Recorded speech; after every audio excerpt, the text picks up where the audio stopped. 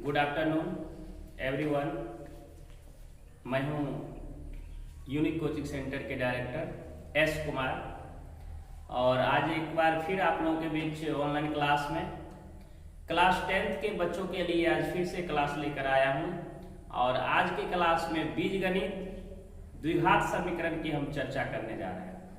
तो आइए जानते हैं द्विघात समीकरण, विवेचक निकालना, मूल निकालना, इसकी जो कंडीशन है विरोधी, अविरोधी, आश्रित या संपाती, हम मूल कैसे निकालें इसकी हम लोग आज की क्लास में चर्चा करेंगे।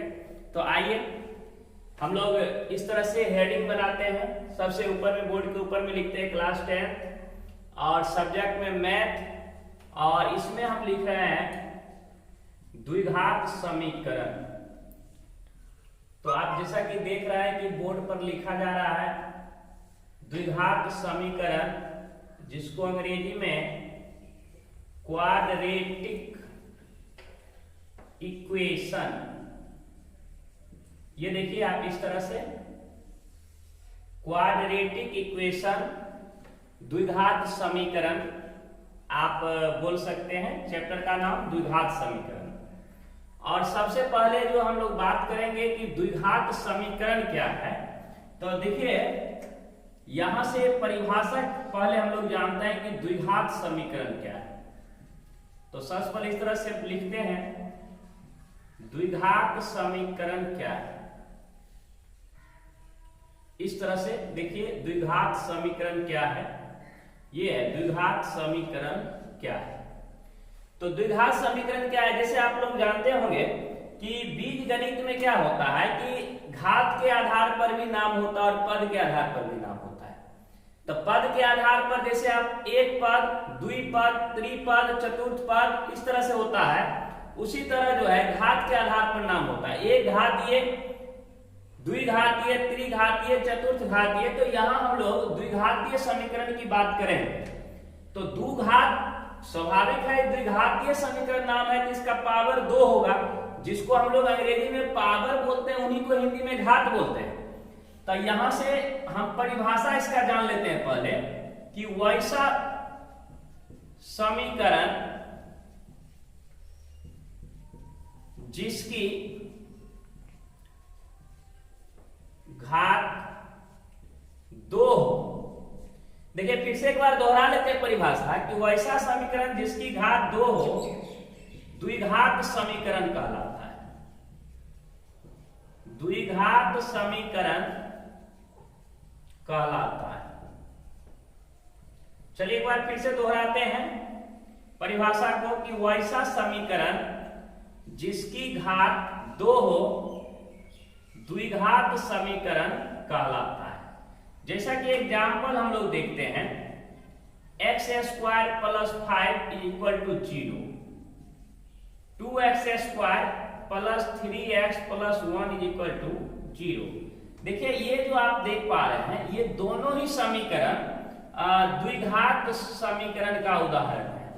तो ये हम लिखते हैं कि द्विघात समीकरण, ये देखिए द्विघात समीकरण है।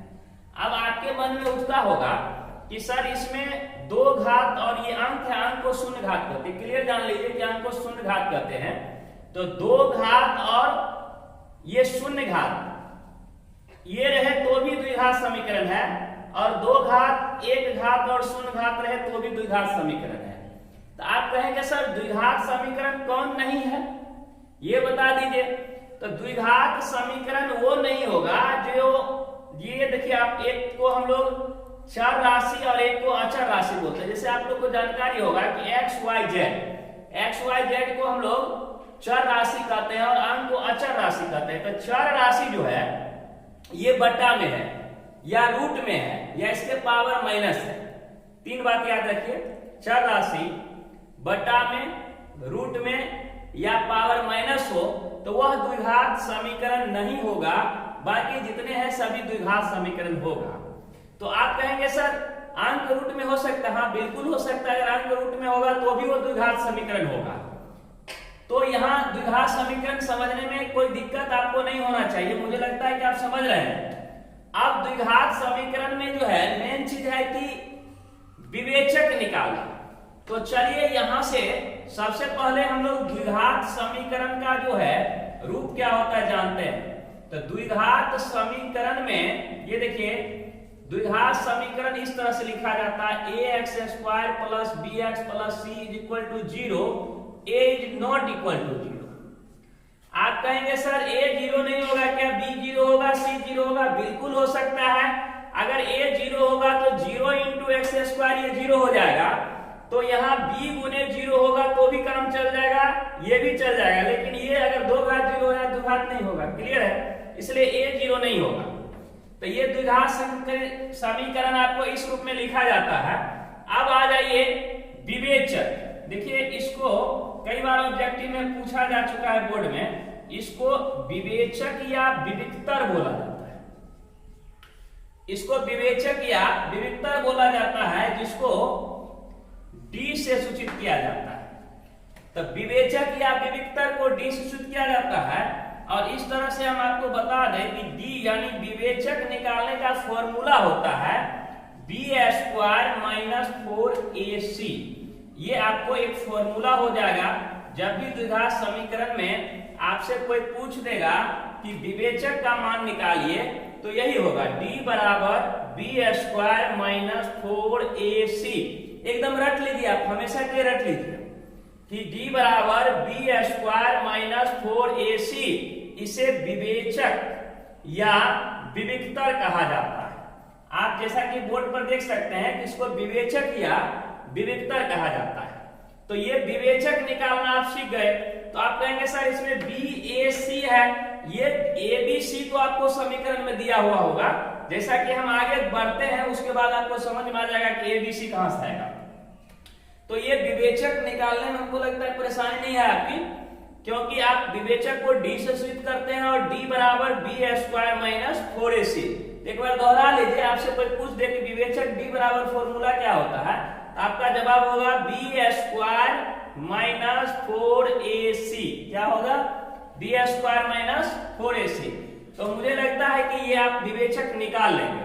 तो विवेचक निकालने के बाद थोड़ा सा इसको हम मिटाते हैं और उसके आगे देखते हैं। यहां से हम लिखते हैं, देखिए ये इसको हम मिटा देते हैं।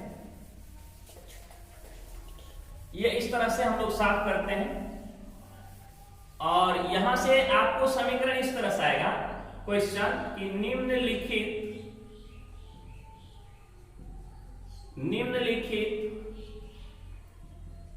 द्विघात समीकरण में विवेचक का मान ज्ञात करें। ये देखिए आपका क्वेश्चन इस तरह से आएगा। और एक बार हम फिर दोहरा लें कि निम्नलिखित द्विघात समीकरण में विवेचक का मान ज्ञात करें। तो आपको इस तरह से समीकरण दिया हुआ रहेगा कि 2x square plus 5x plus 3 equal to 0। देखिए ये समीकरण है और कह रहा है विवेचक निकालिए। तो आप यहां से तुलना करिए पहले। जैसा कि पहले हमने बताया कि x स्क्वायर के पीछे वाला a का मान होगा और x के पीछे वाला b का मान होगा और ये अंक वाला c का मान होगा। तो आप इस तरह से बनाएंगे तो a आपका 2 हो जाएगा और b आपका 5। लेकिन चिन्ह के साथ लिखना है, ध्यान रखना है। प्लस है तो प्लस लिखेंगे, माइनस है तो माइनस लिखेंगे। तो a, b और c आपने लिख लिया। और अब c के बाद कौन से आते हैं? d आता है। बिल्कुल आपने कहा कि इसके बाद d आता है। बिल्कुल d को ही अभी हम लोग पढ़ रहे थे विवेचक, और यही निकालना भी है आपको। तो d बराबर formula b square minus 4ac होता है। तो यहां से b का मान पुट करते हैं, 5 का स्क्वायर माइनस 4 तो आपका फॉर्मूला मारा है, और a का मान 2 गुने c का मान 3। तो 5 का स्क्वायर कर दीजिए, 2 बार गुना करेंगे, 5 गुने 5 यानी 25, और ये तीनों को गुना करते हैं, 4 गुना 8 के 24। तो ये देखिए घटा के 1 आता है।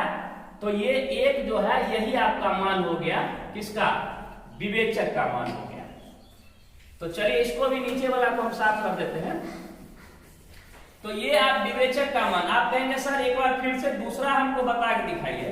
तो चलिए दूसरा उदाहरण लेते हैं 5x² + 7x + 2 = 0। ये आपको शायद दिखाई देता होगा साफ साफ। तो 5x² + 7x + 2 = 0। चलिए आप ही लोग बताइए यहां से a का मान बिल्कुल आप सही बोल रहे हैं 5, b का मान 7 बिल्कुल सही, c का मान 2 ये भी आपका सही है। आप यहां से d निकालेंगे तो b² - 4ac होगा। तो यहां से b का मान 7 का स्क्वायर - 4 × 5 × 2। चलिए 7 का स्क्वायर बताइए 49, बिल्कुल आपने सही बोला। ये गुना करते हैं 4 पंचे 20 दूनी 40 और घटाते हैं तो 9। देखिए यही आपका डी का मान होगा विवेचक। बताइए विवेचक निकालने में कोई दिक्कत है किसी को? बिल्कुल नहीं है। आप आराम से एबीसी का मान आप निकाल लेंगे और डी निकाल लेंगे। तो कहेंगे सर विवेचक निकालने के लिए केवल पूछता है? नहीं, बिल्कुल नहीं, आगे भी पूछता है, बता रहे हैं। पहले ही आप दौड़ना शुरू कर दिए, थोड़ा सा इसको देख लेते हैं। यानी विवेचक निकालने के लिए ऑब्जेक्टिव में आपको 1 या 2 अंक में पूछी जाती है। जैसा कि आपको जानकारी होगा कि नया सिलेबस जो बिहार विद्यालय परीक्षा समिति का है उसमें 50% ऑब्जेक्टिव प्रश्न पूछी जाती है। यानी 50 अंक का गणित में ऑब्जेक्टिव होगा। तो बिल्कुल ऑब्जेक्टिव में आपको विवेचक निकालने के लिए पूछी जाएगी। तो इसको समझने में कोई दिक्कत है क्या? नहीं है। तो चलिए नहीं है तो इसको हम लोग फिर से साफ करते हैं यहाँ। और अब जो हम आपको बताने जा रहे हैं ये है कंडीशन सर, उस पर आपको मूल निकलेगा और मूल निकालने के लिए पूछी जाती है। तो चलिए सबसे पहले आपने देखा कि हमारा समीकरण इस रूप में था ax² + bx + c = 0 के रूप में। और हम से लेते हैं क्रम संख्या, जिसको आप लोग सीरियल नंबर बोलते हैं, ये क्रम संख्या। उसके बाद हम लोग लेते हैं, चलिए यहां से पहले हम लोग शर्त ले लेते हैं, शर्त कंडीशन।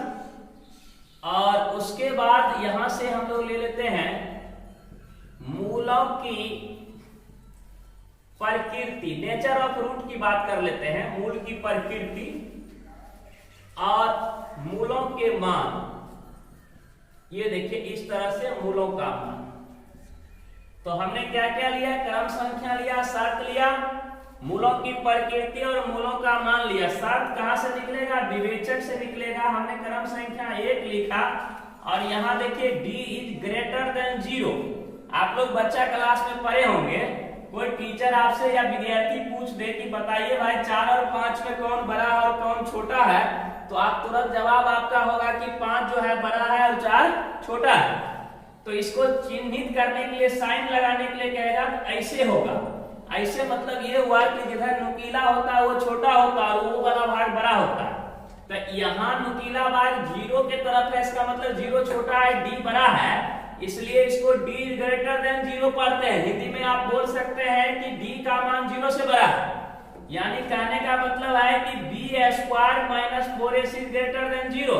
आप कहेंगे सर b² - 4ac कहां से आ गया? अभी तो हमने बताया था कि d का मान b² - 4ac होता है। अब आइए, जब d का मान 0 से बड़ा होता है तो मूलों की प्रकृति जो होती है वो अविरोधी होता है। और इस स्थिति में मूलों का जो मान होता है, यहां से जो मूल होगा कब जब d का मान 0 से बड़ा होगा, तो ये होगा -b ± √d/2a। अगर आपको समझने में दिक्कत है तो एक बार फिर से देख लीजिए कि मूल होगा -b ± √d/2a। दूसरा कंडीशन में हम ले रहे हैं कि d = 0, यानी b² - 4ac ले रहे हैं 0 के बराबर। तो यहां से मूलों की जो प्रकृति होगी वो आप देख लीजिए, मूल की जो प्रकृति होगी वो बराबर होगा, यानी मूल बराबर होगा। और जब मूल बराबर होगा तो यहाँ मूल होगा -b/2a -b/2a। ये देखिए बराबर है, इसलिए फॉर्मूला भी यही होता है। आप याद रखिए जब d = 0 होगा तो मूल ऐसा ही इसी फॉर्मूला पर निकलेगा, -b/2a -b/2a।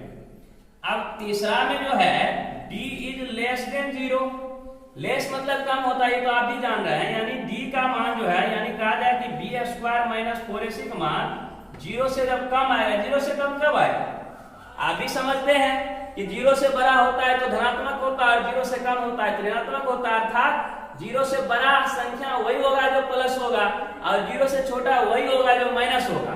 यानी माइनस में मान आएगा तो लिखेंगे ये जो मूल की प्रकृति है वो होगा वास्तविक नहीं, मूल की प्रकृति वास्तविक नहीं होगा, तो यहां से लिखेंगे वास्तविक मान संभव नहीं, वास्तविक मान संभव नहीं। बिल्कुल यहां मान जब ये 0 से छोटा d निकलेगा तो आप लिख दीजिएगा कि वास्तविक मान संभव नहीं है। एक बच्चे पूछ रहे हैं कि सर यहाँ जो मूल की प्रकृति है वास्तविक और असमान लिख सकते हैं? हाँ बिल्कुल लिख सकते हैं, ये वास्तविक और असमान लिख सकते हैं आप, और यहाँ वास्तविक और बराबर भी लिख सकते हैं, कंफ्यूज नहीं करिए आप इस तरह से लिख सकते हैं, वास्तविक और असमान, वास्तविक और बराबर, वास्तविक नहीं। अगर आपको समझने में दिक्कत हो रहा है तो एक बार हम फिर से समझा रहे हैं कि d ग्रेटर देन 0 यानी d स्क्वायर माइनस 4ac का मान 0 से बड़ा होगा तो मूलों की जो प्रकृति हो गई वह वास्तविक और असमान होगा और मूल होगा -b प्लस माइनस √d/2a।